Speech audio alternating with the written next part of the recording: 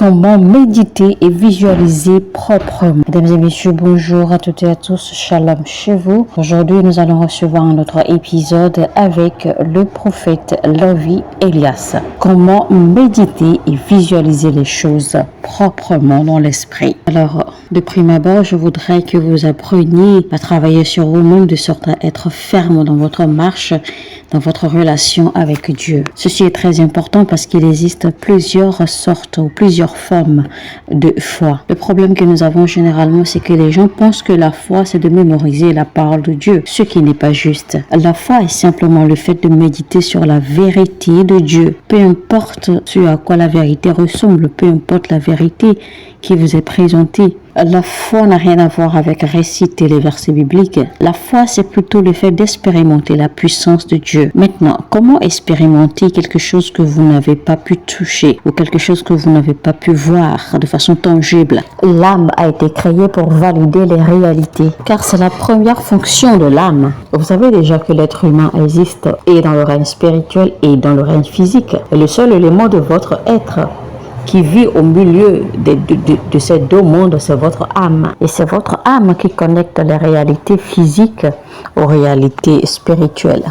Et si votre âme n'est pas stimulée ou éduquée par rapport à quelque chose, eh bien votre âme ne pourra pas valider cette chose comme étant réelle. Alors comme je dis, votre âme vit au milieu des deux mondes.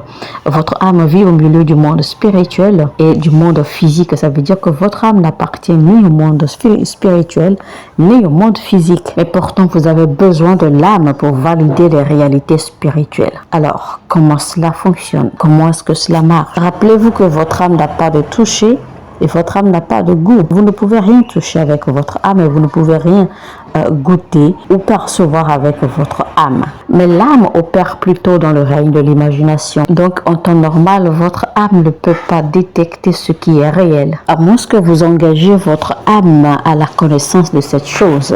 Seulement à ce moment-là et dans le temps, pendant que votre âme finira par être habituée à la réalité de cette chose, alors votre âme validera la réalité ou l'existence de cette chose. C'est pour cela que les personnes qui s'engagent à décevoir les autres peuvent vivre avec vous et tout faire pour vous mettre en confiance qu'ils sont avec vous. Et vous allez apprendre avec le temps à être si confortable avec eux. Et donc de la même façon que votre âme s'engage dans cette réalité que vous vivez avec ces gens, au point où votre âme reconnaît leur existence et valide la réalité de leur existence dans votre vie. Et c'est alors que soudainement ces gens vous trompent, vous mentent, vous dérobent et disparaissent. Et à ce moment-là, vous sentez que vous avez été déçu, que vous avez été blessé ou que vous avez été dupé et utilisé. Mais en réalité, ce n'est pas votre esprit qui est dupé à ce moment-là, mais c'est plutôt parce que votre âme a eu le temps de méditer sur ces gens, sur l'existence de ces gens autour de vous jusqu'à ce que votre âme ait validé la réalité de leur existence dans votre vie. À prendre par exemple mon exemple personnel, eh bien, moi, j'ai expérimenté la puissance de Dieu et j'ai vu Dieu agir pour moi dans plusieurs circonstances. Et j'ai vu Dieu transformer les situations en ma faveur. J'ai vu Dieu me sortir de certains problèmes, de certaines histoires, de certaines situations.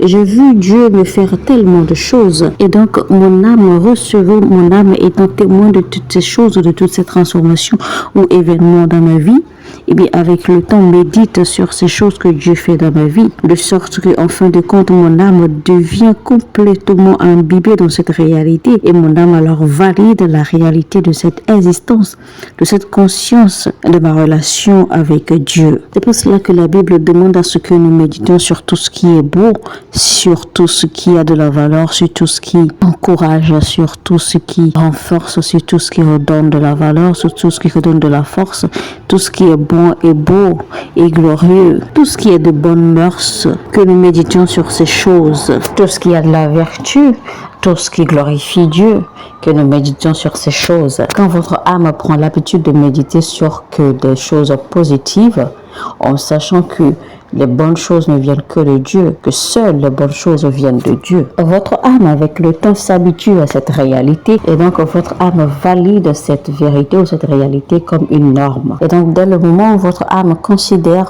cette réalité comme normale, alors il vous sera facile d'activer votre foi. Alors, si vous savez, si vous êtes conscient et que vous vous dites toujours que vous ne pouvez jamais être pauvre, nous savons très bien que la pauvreté se trouve dans la tête. La pauvreté est liée à votre mentalité. C'est pour cela que votre plus grande bataille se trouve dans votre pensée, dans votre esprit ou dans votre tête. Si vous êtes quelqu'un, vous êtes parano, vous pensez tout le temps que les gens vous cherchent des problèmes, que les gens vous cherchent des histoires.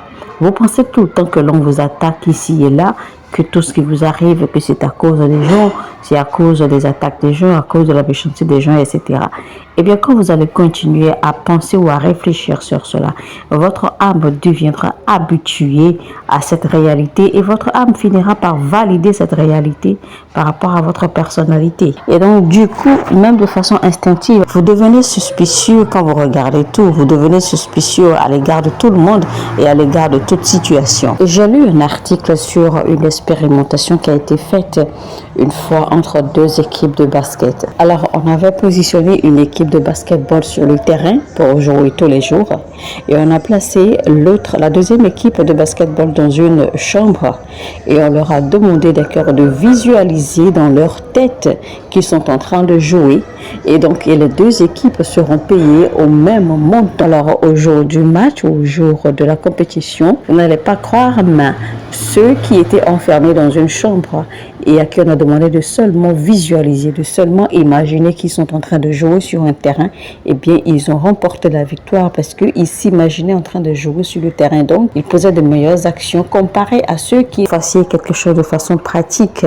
Ne signifie pas que vous appliquez forcément les bonnes méthodes, parce que cela ne veut pas dire forcément que vous réfléchissez de la bonne manière ou que vous faites les choses comme il faut ou bien comme elles se présentent dans votre esprit. Mais la vérité est que tout ce que vous imaginez et que vous fabriquez dans votre tête, votre corps suit naturellement. Alors quand vous lisez le livre de Psaume chapitre 103, il faut faire comme David, car David a utilisé tout un chapitre pour se parler à lui-même, pour se conseiller. Alors dans ce chapitre, David se parlait à lui-même des œuvres, des merveilles de Dieu dans sa vie, comment Dieu lui a pardonné ses péchés, comment Dieu lui fait grâce, comment Dieu lui fait miséricorde, comment Dieu l'environne de son amour, de sa bonté et de sa miséricorde. Et donc quand vous vous engagez de cette façon dans les choses spirituelles avec votre âme, vous n'allez jamais quitter la présence de Dieu en demeurant pareil. Rappelez-vous, la Bible dit, bâtissez votre foi sainte en priant dans de langues étrangères. Rappelez-vous, prier, c'est une communication. Prier, c'est communiquer avec Dieu. Et il faut savoir que parfois, il faut apprendre à communiquer avec vous-même. Ce n'est pas tout le temps qu'un pasteur ou quelqu'un a besoin de vous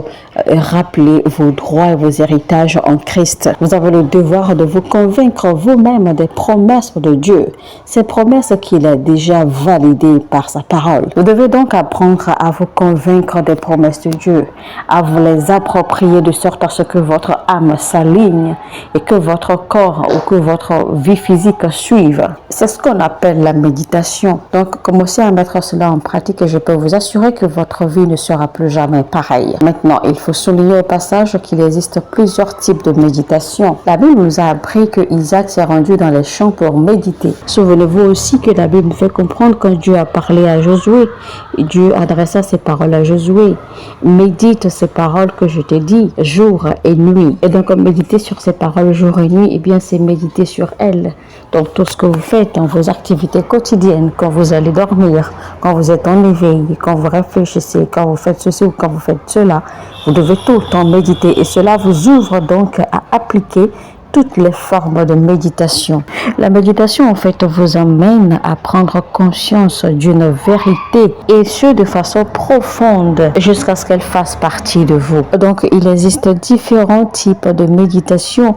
Par exemple, les méditations prophétiques, Je peux vous dire que toutes ces méditations se retrouvent dans la Bible. Le problème que nous avons, c'est que les gens pensent que méditer, c'est de lire la parole de Dieu ou d'étudier la parole de Dieu ou alors de mémoriser la parole de Dieu ou de s'asseoir et à lire la parole de Dieu et en train de réfléchir sur ce que chaque verset signifie ou quelle est la révélation qui se trouve dans chaque verset. Beaucoup de personnes pensent que c'est ce qu'on appelle la méditation de la parole de Dieu, mais non. Et plus vous approfondissez vos connaissances dans la méditation, plus vous allez commencer à recevoir l'illumination, plus vous recevrez de la direction, de la clarté dans comment construire ou bâtir vos projets de société, vos projets de construction, vos projets de ceci et de cela. Je me rappelle encore quand on était plus jeune, ma soeur et moi, nous avions l'habitude de nous tenir par la main et on se promenait. Et en se promenant, nous avions l'habitude de bavarder et de dire des choses, de penser à des choses, d'imaginer notre vie. Et on se racontait nos imaginations, on partageait nos imaginations, on se disait qu'on allait changer l'histoire de notre famille, on disait qu'on allait voyager de tel pays à tel pays, qu'on allait visiter telle nation et telle nation. On faisait des images, on se faisait des imaginations, on se faisait des plans et des projets et on les voyait clairement se réaliser dans notre tête. Et parce qu'on s'en réjouissait. Aujourd'hui, Dieu les a exaucés et Dieu nous a bénis selon les pensées qu'on avait eues quand on était encore plus jeune. On passait vraiment beaucoup de temps à penser, à réfléchir sur ces choses, à voir et à revoir ces choses constamment dans notre tête. Donc, je vais vous demander alors de vous encourager dans la foi, parce que là où il y a l'encouragement, la foi est plus aisée à manifester.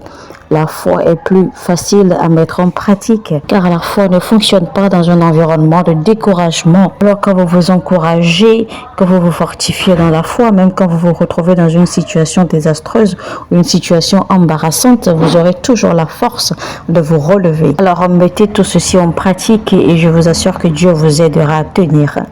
Amen. Mesdames et messieurs, c'était donc le prophète Lovie Elias dans un court message intitulé « Comment méditer ?» et visualiser proprement les choses. Si ce message vous a édifié, si ce message vous a plu, n'oubliez surtout pas, cliquez sur le bouton j'aime, likez maintenant ce contenu et partagez au maximum sur toutes vos plateformes sociales. Partagez jusqu'à ce que vous soyez fatigué de partager. Si vous n'êtes pas encore abonné à cette chaîne, alors faites-le maintenant et cliquez, activez la cloche de notification afin de ne rater aucun de nos messages sur cette même chaîne. Sur ce, je vous dis que Dieu vous bénisse et shalom chez vous.